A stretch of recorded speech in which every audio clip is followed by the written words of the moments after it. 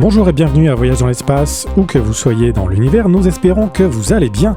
Ici Florent Meunier, je suis en compagnie de Claude Lafleur, de Laurent Runigo et d'Ilan Baillargeon, et aujourd'hui, nous poursuivons le récit de la conquête de l'espace préparé par Claude, une conquête qui a décollé aussi rapidement qu'une fusée à la suite du lancement du fameux Spoutnik le 4 octobre 1957. Nous avons vu que dans l'épisode précédent, les 7 premières années de la course à l'espace ont été outrageusement dominées par les soviétiques, mais voilà qu'à la suite du lancement de Yuri Gagarin et de nombreux autres camouflés encaissés par les Américains, le jeune président Kennedy décide de lancer la machine américaine à la conquête de la Lune. C'est ainsi qu'après des années de laborieux préparatifs au sol, les Américains sont maintenant prêts à entreprendre la phase active de leur conquête de la Lune. Bonjour Florent, bonjour Laurent, bonjour Dylan, bonjour à toutes, bonjour à tous. Toujours un plaisir d'être au micro de Voyage dans l'espace. Toutefois, là, bien que nous sommes à mi-parcours de la course à la Lune, on ignore toujours si les Soviétiques ont pris part à la course. Jamais ceux-ci n'ont en fait révélé s'ils avaient relevé le défi de Kennedy. Pourtant, ce qu'on observe, c'est qu'ils semblent mettre tout en œuvre pour coiffer les Américains. On vit donc alors un suspense formidable. Une aventure extraordinaire. Aventure que je n'ai pas encore connue, je suis un peu trop jeune encore, mais je commence à avoir quelques souvenirs. Entre autres, je me souviens très bien de l'incendie d'Apollo 1. En fait, je me souviens très bien de ce vendredi soir, il était probablement vers 20h, où la nouvelle a éclaté à la radio. 3 astronautes avaient péri à Cap Canaveral. Évidemment, la grande question qu'on se posait, qu'est-ce qui s'est passé à Cap Canaveral? C'est ce que nous allons voir dans ce 2e épisode de la conquête de l'espace. Et bonjour à tous. Parallèlement, les deux rivaux se lancent dans l'exploration de Mars et de Vénus. Encore là, c'est à qui sera le premier à parvenir jusqu'aux planètes voisines. Pour nous, du grand public, nous assistons à une course intrigante, ne sachant jamais ce que nous réservent les Russes, tandis qu'on est témoin, mois après mois, des préparatifs américains. Ces derniers nous font ainsi vivre une aventure palpitante, tandis que les Soviétiques ne font que nous surprendre, de temps à autre, avec des coups de théâtre, sans pour autant nous faire vivre leur aventure spatiale. À titre d'exemple, on a pu suivre de mois en mois les préparatifs de la mission de John Glenn, puis suivre de minute en minute son envolée de 5 heures. Alors que dans le cas de Yuri Gagarin, on a simplement su qu'il s'était envolé, puis qu'il était revenu sur Terre 1h30 plus tard. Rien de comparable en termes d'émotions vécues. Bonjour à toutes et à tous, et j'espère que vous allez tous très bien. Pour ma part, ça va très bien. Voilà qui est navrant, car la course à l'espace aurait été nettement plus palpitante si on avait su ce qui se tramait de l'autre côté du rideau de fer. Mais chose certaine, rien n'est moins sûr quant à qui parviendra le premier à marcher sur la Lune. Un objectif qui a de surcroît acquis une valeur plus que symbolique.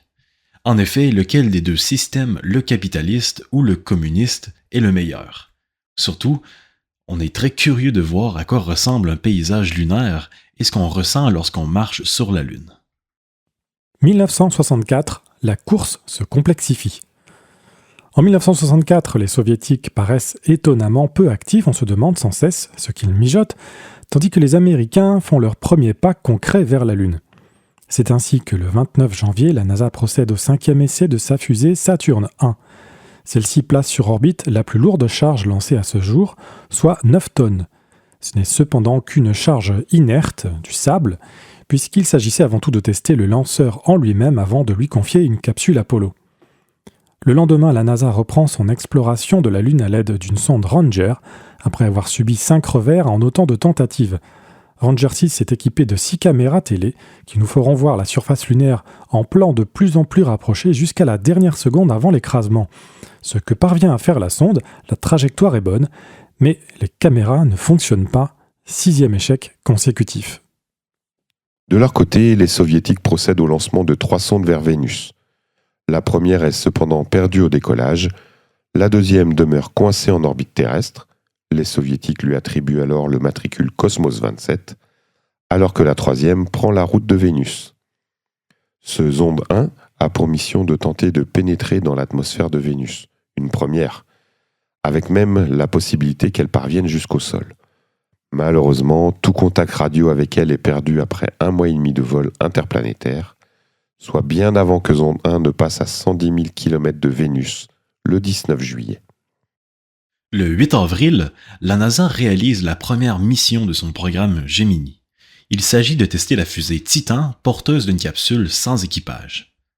La Titan place correctement Gemini 1 sur orbite, capsule qui complète avec succès 3 tours de la Terre.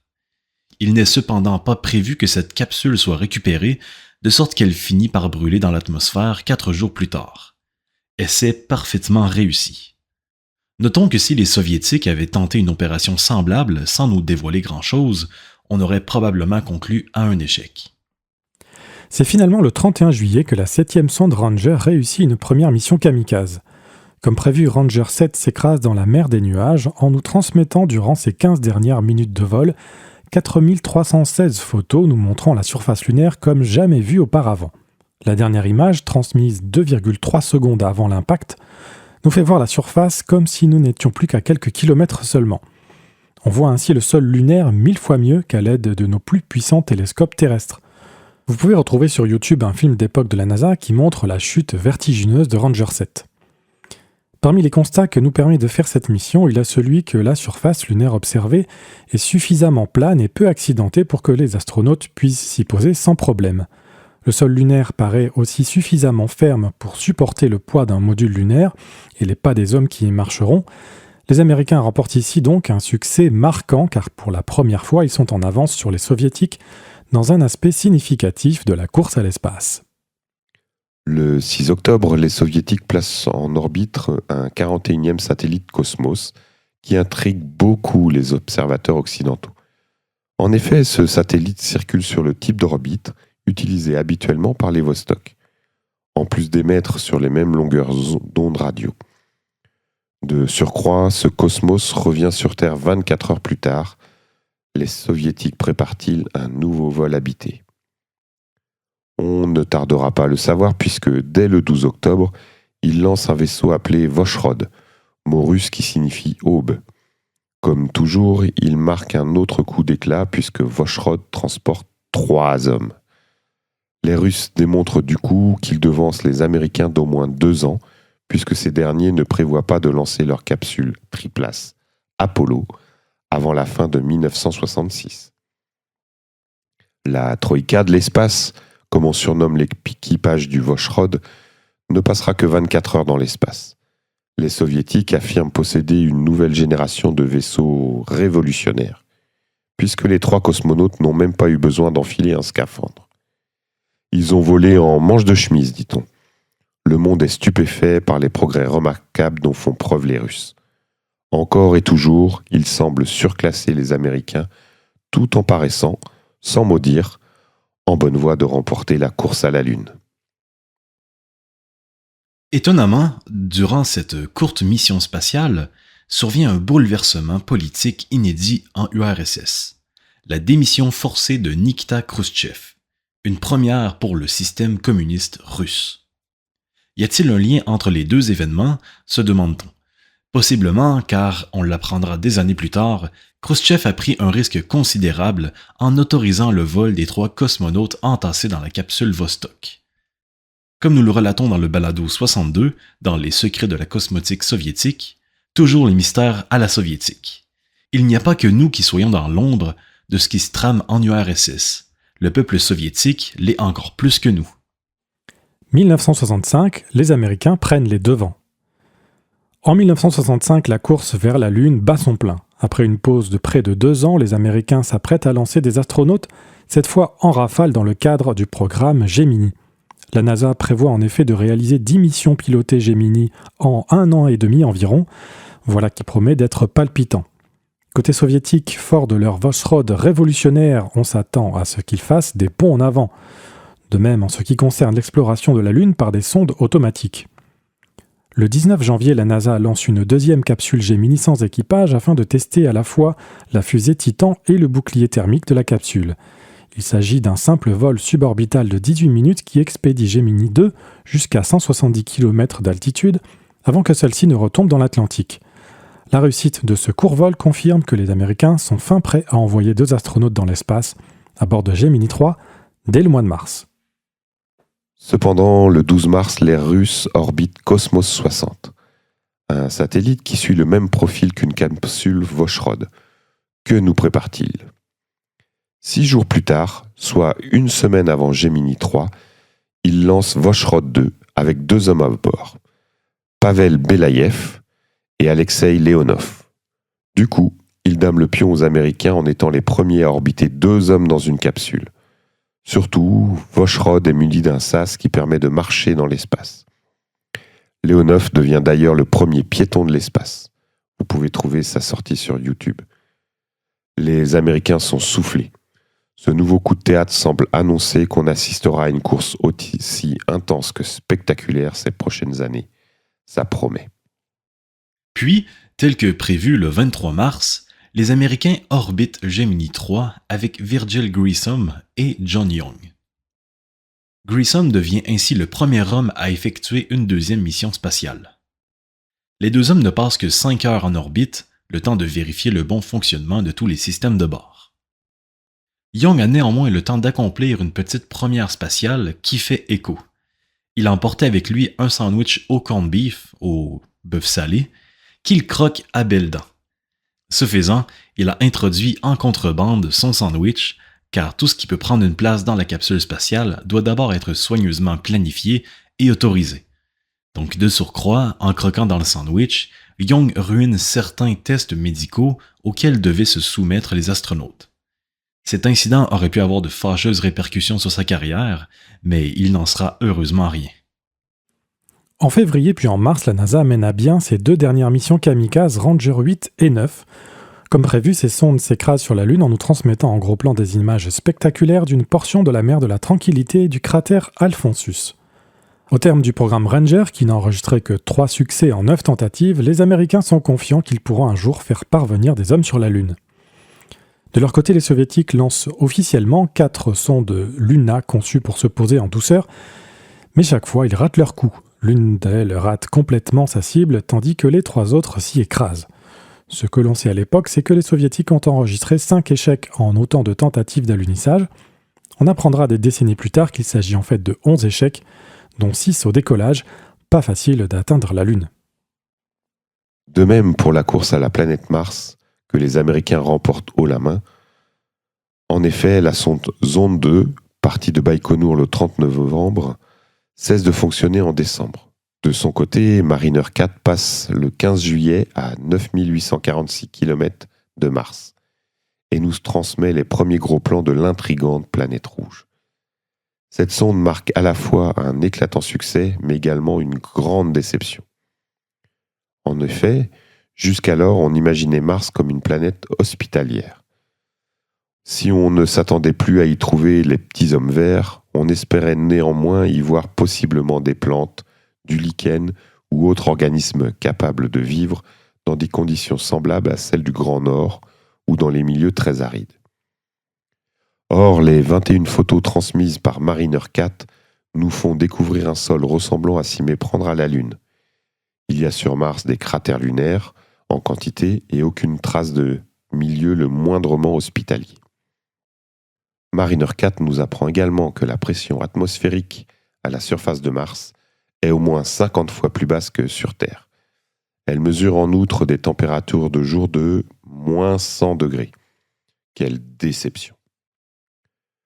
Notons au passage qu'on observe qu'en matière d'exploration de la Lune, de Vénus et de Mars, les Américains remportent bien davantage de succès que leurs rivaux. On constate ainsi qu'en matière d'électronique et d'informatique, les sondes américaines sont nettement plus robustes et performantes que leur équivalent russe. En juin, les Américains orbitent leur 2e capsule Gemini habitée, avec à bord James McDivitt et Ed White. Ces derniers rééditent l'exploit de Leonov en sortant 20 minutes hors de sa capsule. C'est l'occasion pour nous d'obtenir des images en couleur qui feront sensation. Un astronaute flottant dans le vide avec, en toile de fond, une magnifique terre bleue et blanche. Il s'agit des premières images télé qui nous donnent un aperçu de ce que c'est que d'être dans l'espace. En conséquence, ces films émerveillent les foules. Les 2 astronautes demeurent 4 jours dans l'espace, un record américain. Puis, en août, la NASA lance Gemini 5. Gordon Cooper et Charles Conrad passent 8 jours sur orbite, éclipsant la marque des 5 jours établie par Valéry Bykovsky à bord de Vostok 5. Mais surtout, c'est le temps nécessaire pour effectuer un voyage jusqu'à la Lune à bord d'un vaisseau Apollo.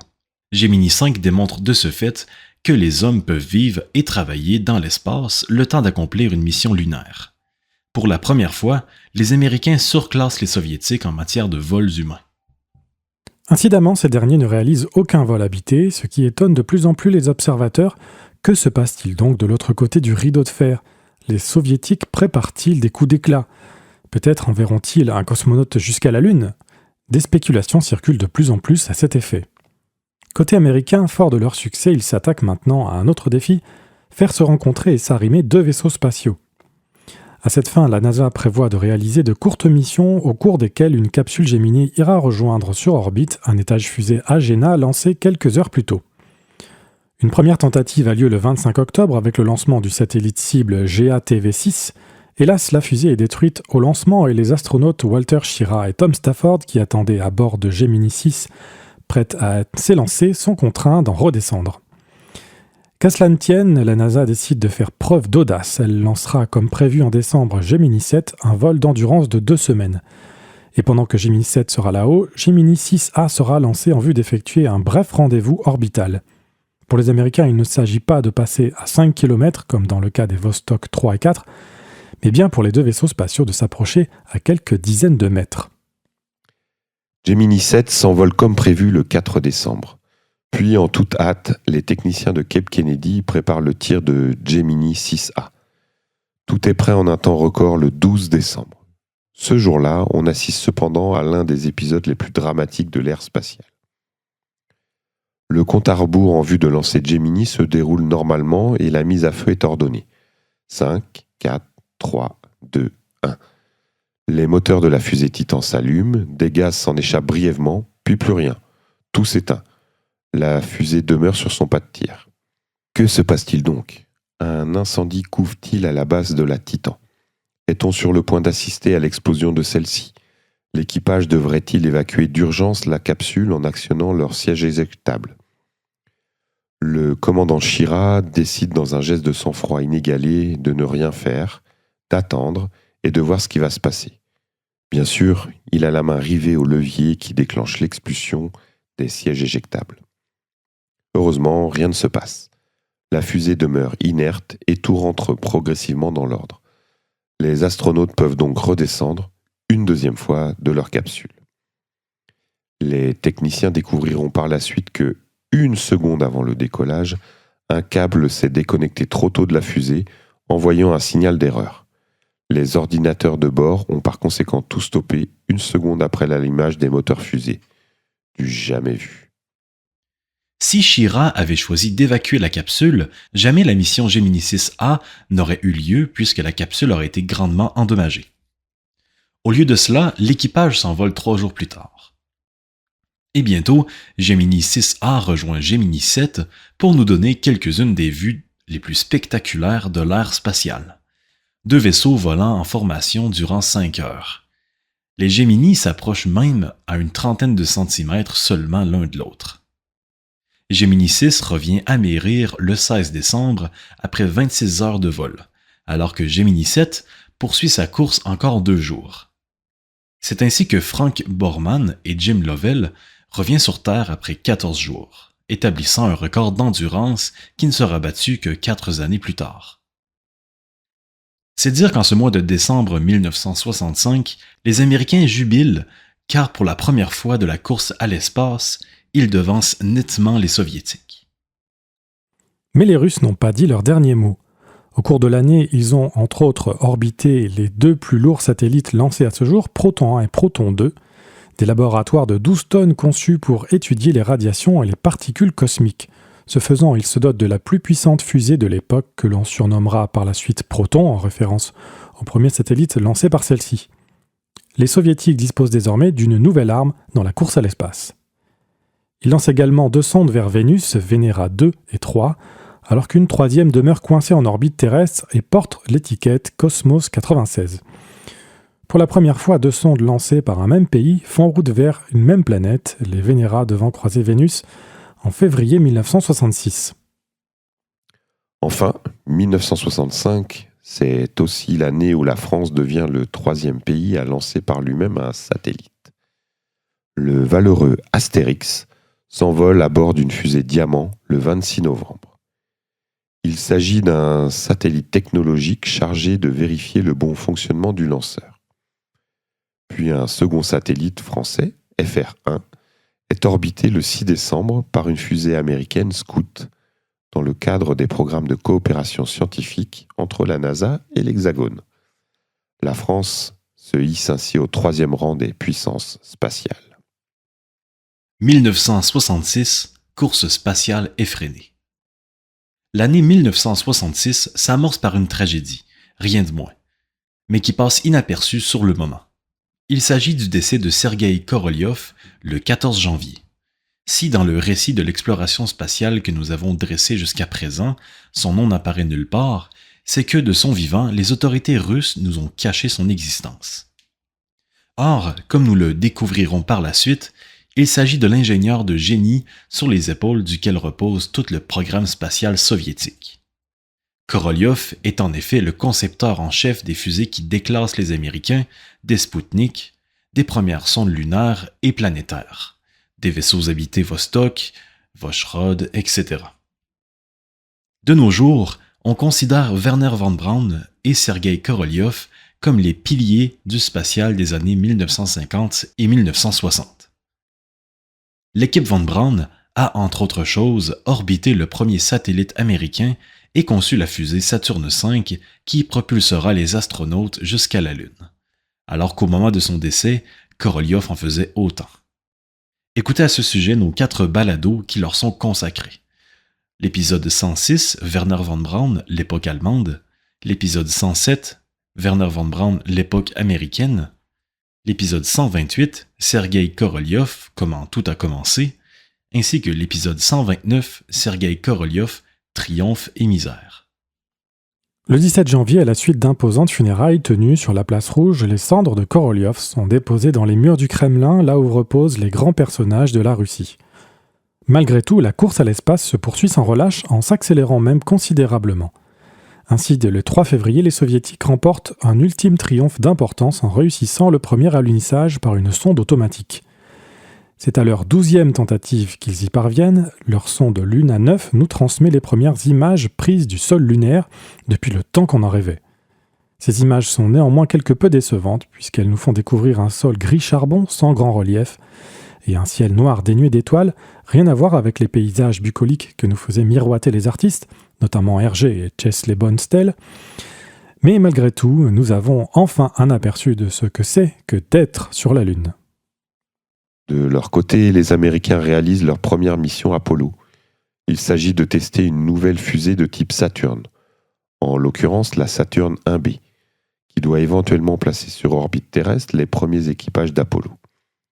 Pour cette mission dite Apollo 201, la Saturn propulse le 26 février une capsule Apollo inhabitée jusqu'à 500 km d'altitude avant qu'elle ne redescende en parachute, comme prévu, et amérisse dans l'Atlantique. D'autre part, les 2 sondes Venera lancées 3 mois plus tôt abordent la planète Vénus. Le 27 février, Venera 2 passe à 24 000 km de la planète voilée et ses instruments scientifiques prennent quantité de mesures. Hélas, une panne de l'émetteur radio empêche par la suite la retransmission de ces données.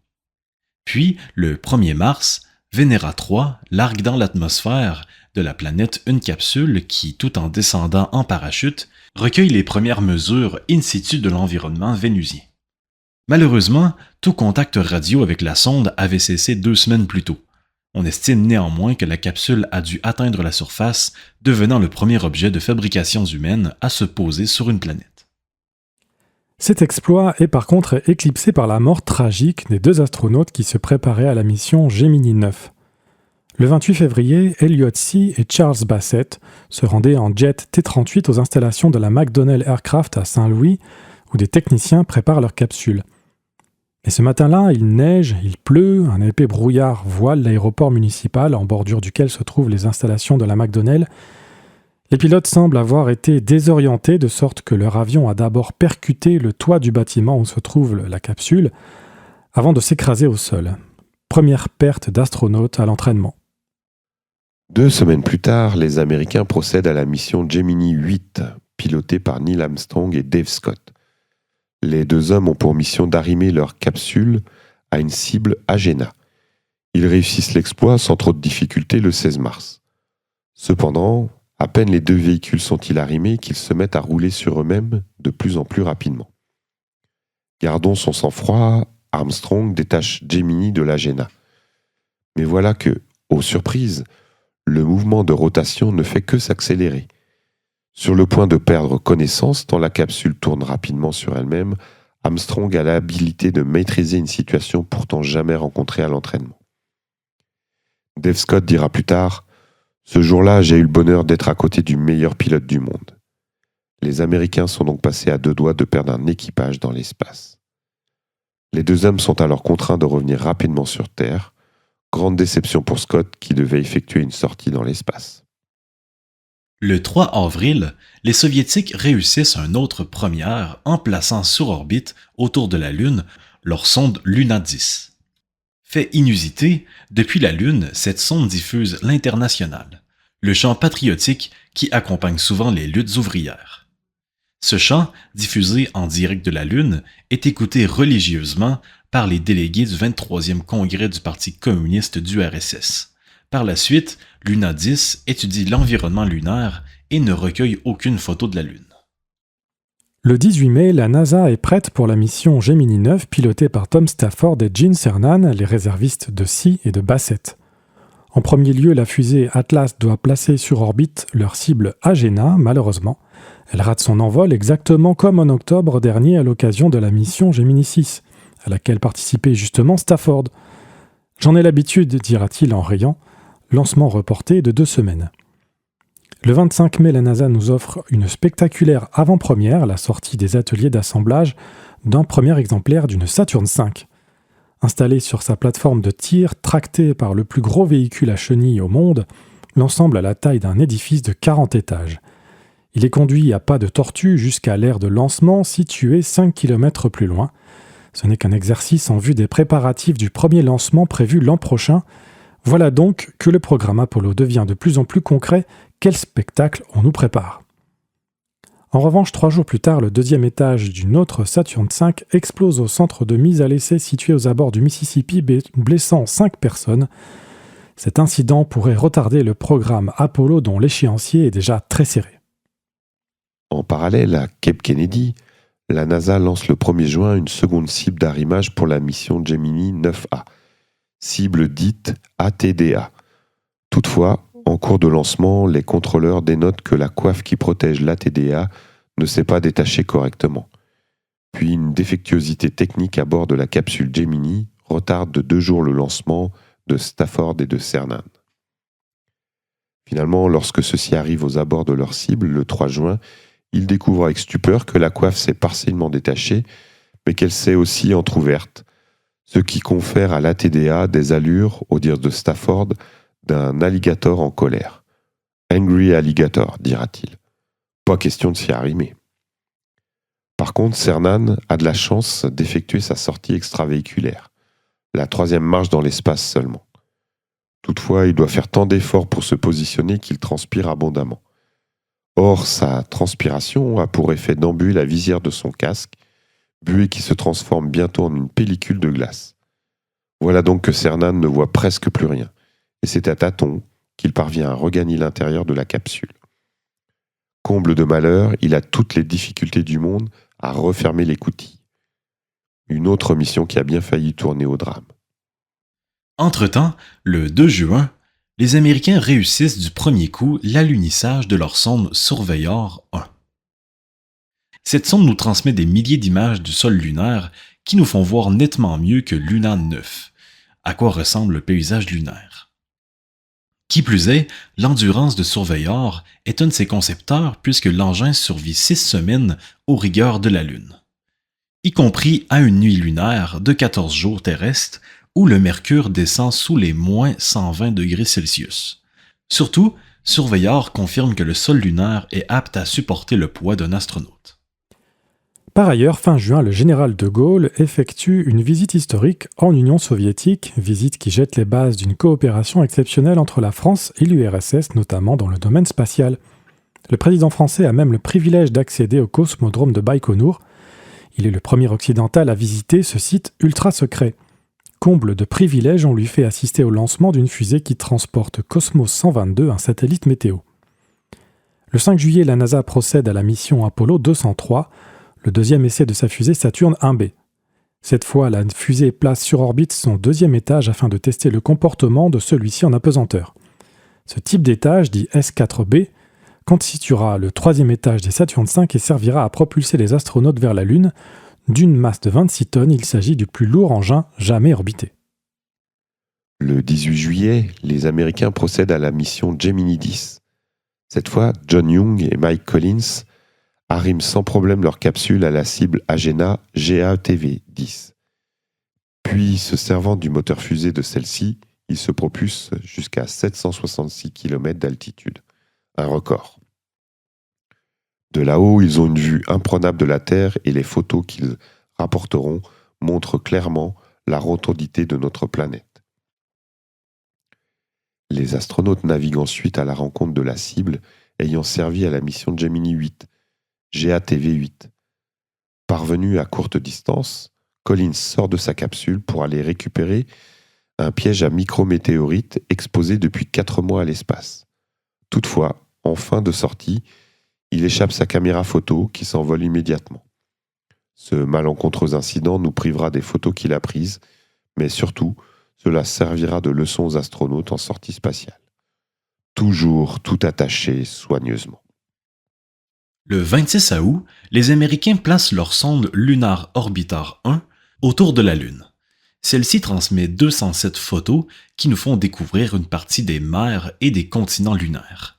L'un des objectifs de cette mission est de repérer des sites propices à l'alunissage des astronautes. Cette sonde transmet également une photo montrant un lever de terre depuis l'horizon lunaire.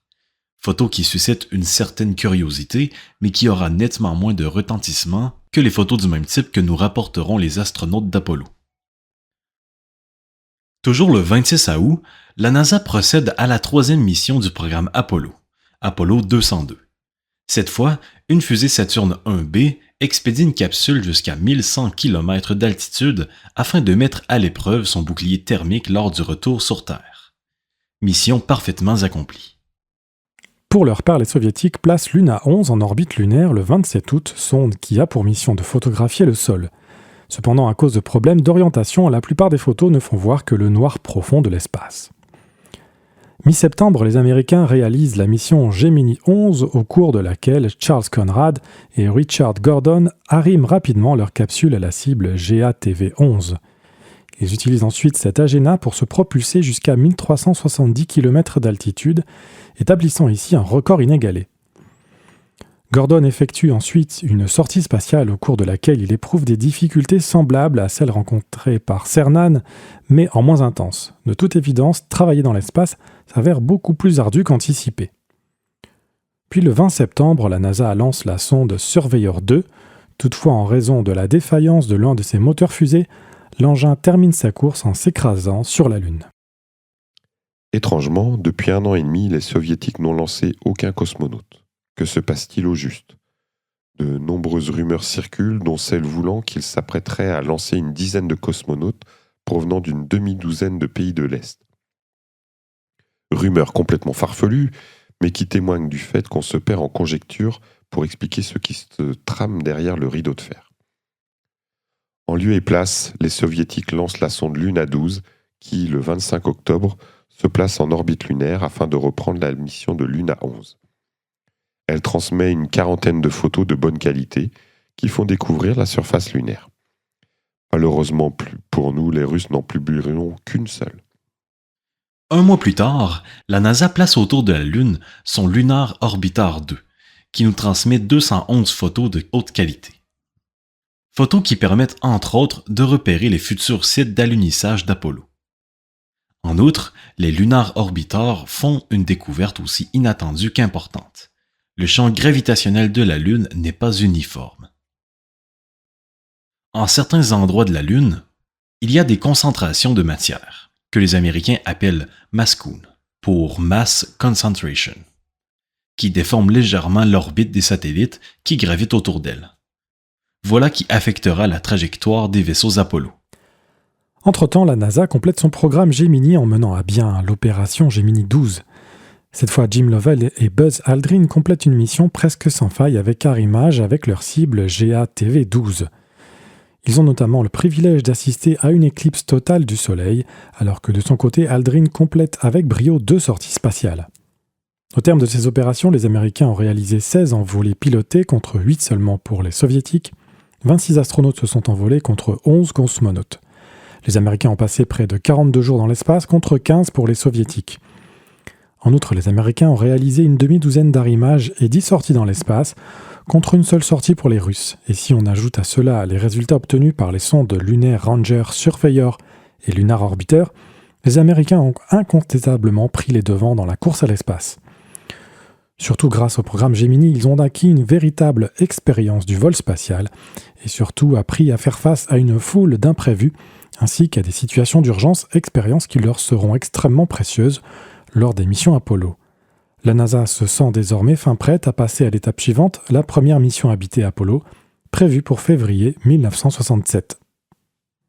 Mais la course à la Lune, toujours non déclarée, n'est pas terminée pour autant. Le 28 novembre, les Soviétiques orbitent un mystérieux satellite Cosmos, le numéro 133. Le mystère est d'autant plus grand que les Russes se font plus avares d'informations que d'habitude. Voilà qui intrigue. On apprendra quelques mois plus tard qu'il s'agit en réalité du premier Soyouz testé sans équipage. Dès lors, les observateurs s'attendent à ce qu'ils envoient très prochainement des équipages dans l'espace. Mais à quelle fin ? Finalement, le 21 décembre, les Russes lancent Luna 13 qui se pose en douceur dans l'océan des tempêtes. Contrairement à Luna 9, cette sonde est un véritable laboratoire scientifique qui étudie l'environnement lunaire.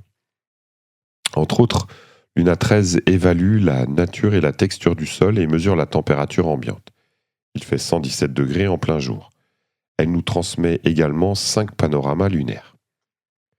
Tout semble donc en place pour que l'année 1967 en soit une d'opérations spectaculaires.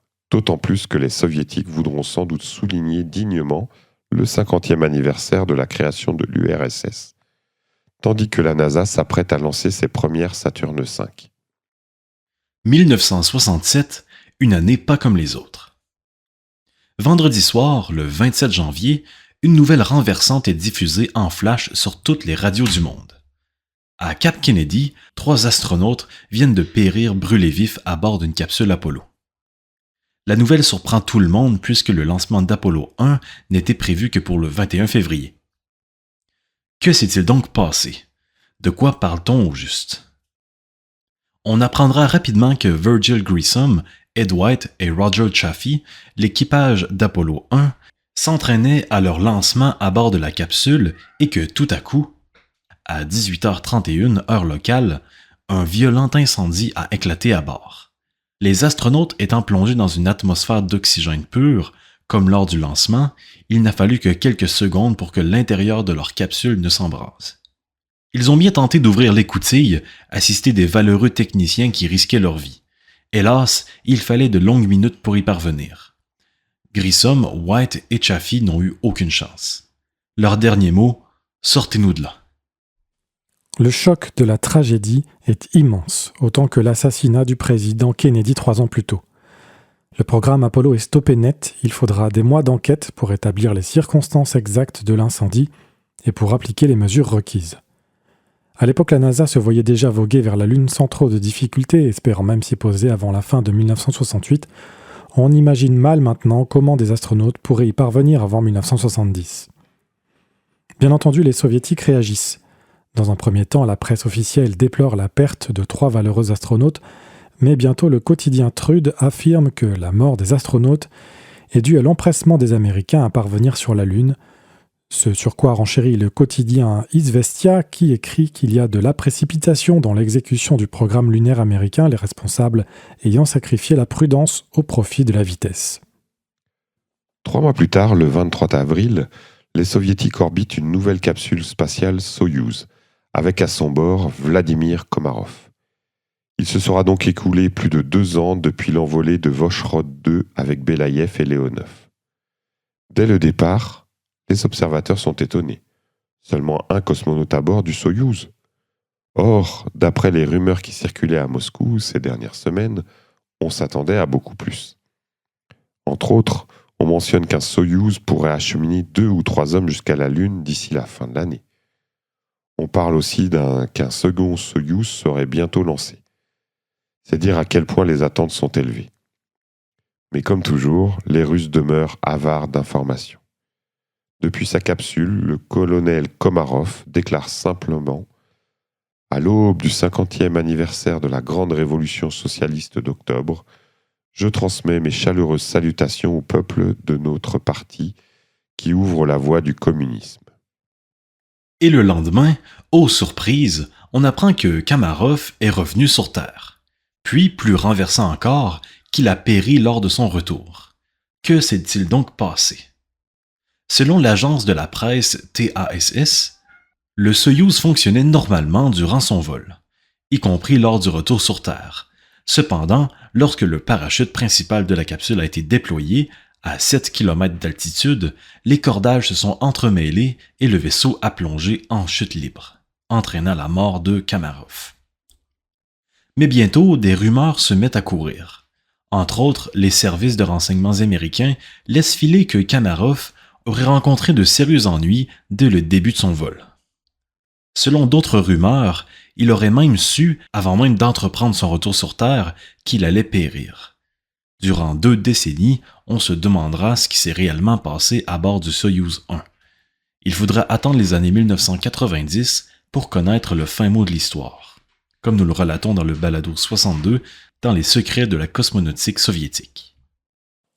La réaction américaine a été une réelle consternation. La NASA a proposé d'envoyer 2 astronautes aux obsèques de Komarov en guise de témoignage sincère, mais les Russes ont décliné l'offre. Les cendres de Komarov ont été enfermées dans les murs du Kremlin, aux côtés de celles de Korolev. Voilà donc que la course à la Lune est suspendue de part et d'autre, et qu'il s'écoulera de longs mois d'enquête, de remise en question. La course à l'espace en vaut-elle vraiment la peine ? Et finalement de tests et de modifications pour remédier aux causes des 2 premières grandes tragédies de l'ère spatiale. À l'été 1967, la rivalité entre les 2 camps se transporte sur Terre, principalement sur les terrains de l'exposition universelle de Montréal, l'Expo 67. C'est ainsi que l'un comme l'autre rivalisent d'ingéniosité pour impressionner les foules. Dans le pavillon américain, une sphère de la taille d'un édifice de 20 étages qui domine tout le site de l'Expo 67. Les Américains montrent une capsule Apollo suspendue à ses 3 parachutes, un module lunaire et une sonde Surveyor, une capsule Gemini, etc. Vis-à-vis de l'autre côté d'un canal, le pavillon russe est bourré de technologie. Notamment, on nous dévoile une capsule Vostok, une sonde lunaire Luna, un satellite de communication Molnia. Mais la pièce la plus impressionnante est dévoilée fin mai par les Soviétiques à l'occasion du 23e Salon de l'aéronautique et de l'espace, qui se tient à l'aéroport du Bourget, en banlieue de Paris. Pour la première fois, ils y dévoilent la fameuse fusée qui a propulsé Youri Gagarin en exposant une véritable Vostok. Autant cette démonstration que la fusée elle-même surprenne tout le monde. Les Soviétiques nous présentent également la capsule Vostok de Gagarin. En parallèle, les Américains poursuivent leur exploration de la Lune à l'aide des sondes Surveyor et Lunar Orbitar.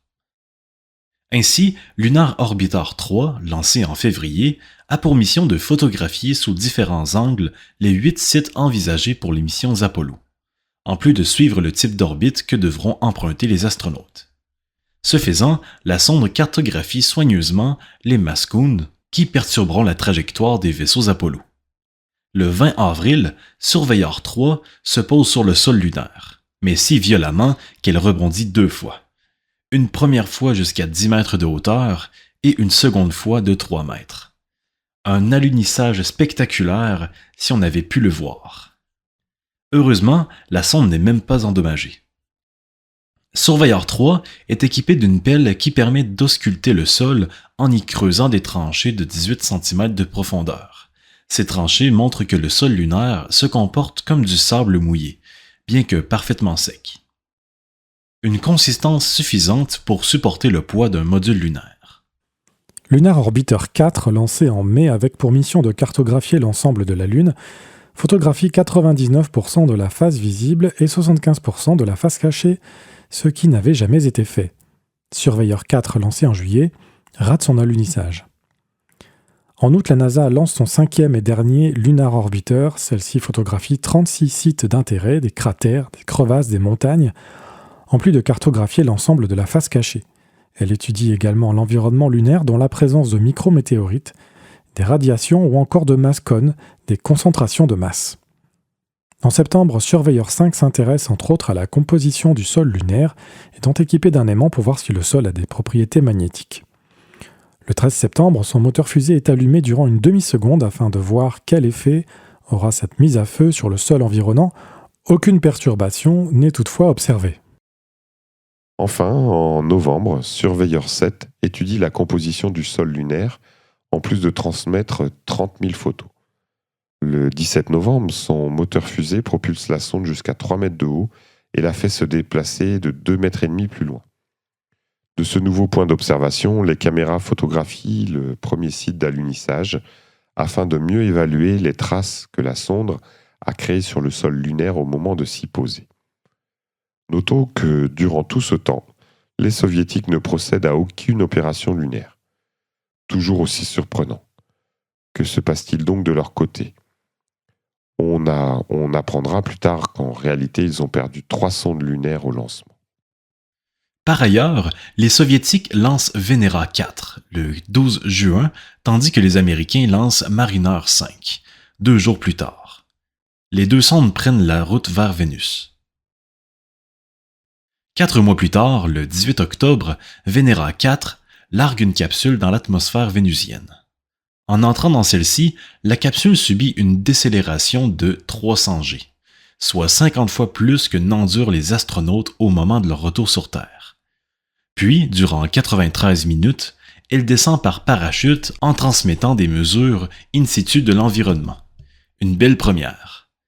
Venera 4 mesure entre autres des températures atteignant 262 degrés Celsius et une pression atmosphérique 75 fois supérieure à celle que nous pouvons ressentir sur Terre. La capsule détecte aussi que l'atmosphère de Vénus se compose de 90 à 95% de dioxyde de carbone, CO2.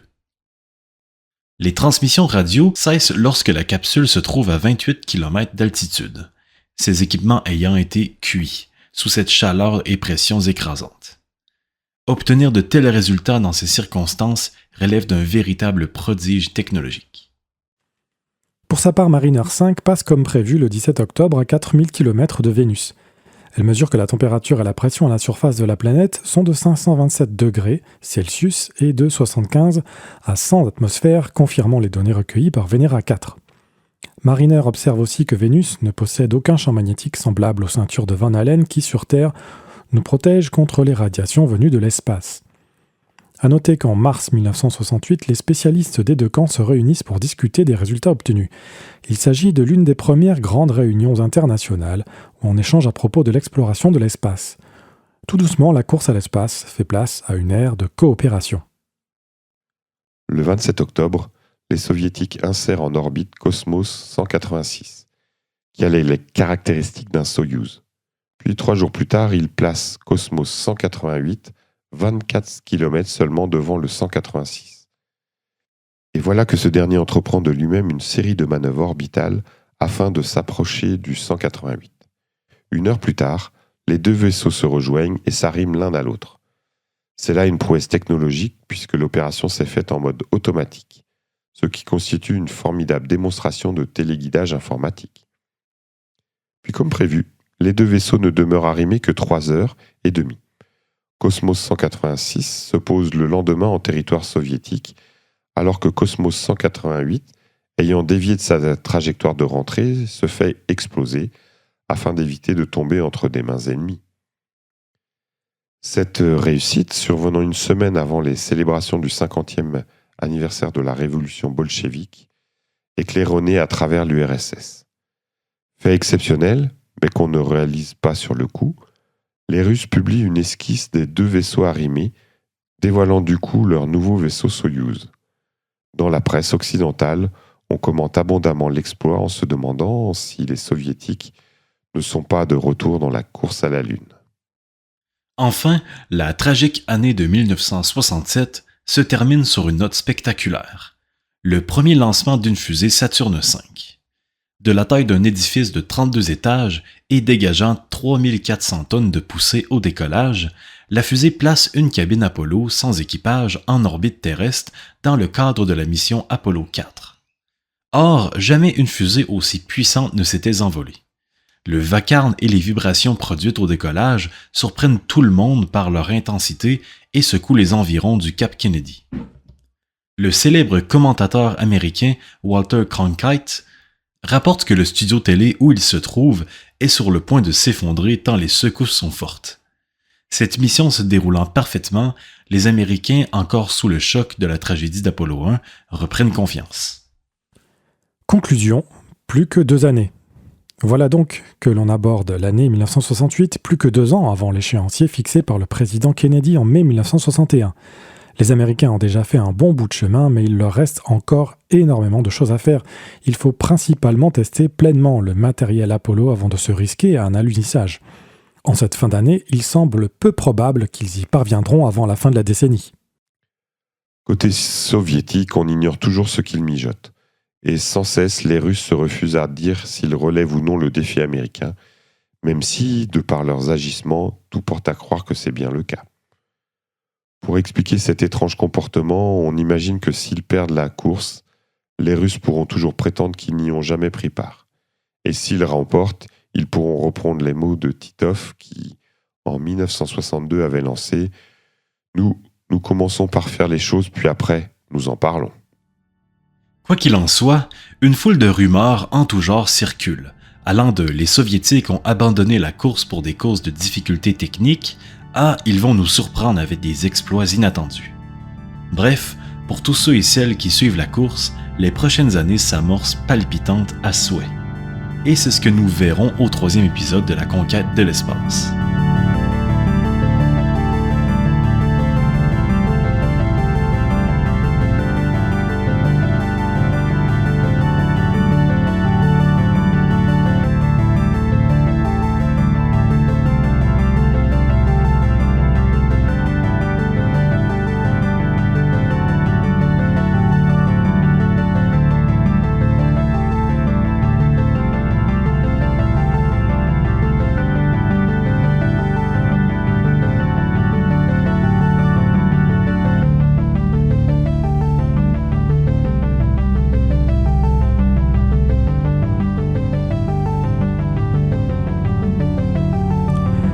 On se retrouve dans 2 semaines avec un balado classique, une discussion avec Claude, un retour à froid sur l'actualité 2024, une année charnière, vous verrez, avant de reprendre dans un mois la suite de la chronique de la conquête spatiale, avec le 3e épisode. Nous remercions toutes les personnes qui nous soutiennent via Patreon, sans qui ce balado n'existerait pas. Si vous aussi, vous voulez contribuer activement, direction donc le site patreon.com, recherchez Voyage dans l'espace et vous pourrez laisser la somme qui vous convient. Et à partir de 5$ par mois, vous avez accès aux épisodes 2 semaines à l'avance et aux fascicules écrits par Claude qui accompagnent la plupart des épisodes. Cet épisode vous a été présenté par Florent Meunier, avec Claude Lafleur au contenu, Laurent Renigaud et Dylan Baillargeon à la diffusion. Sur ce, et où que vous soyez dans l'univers, à bientôt pour un autre voyage dans l'espace.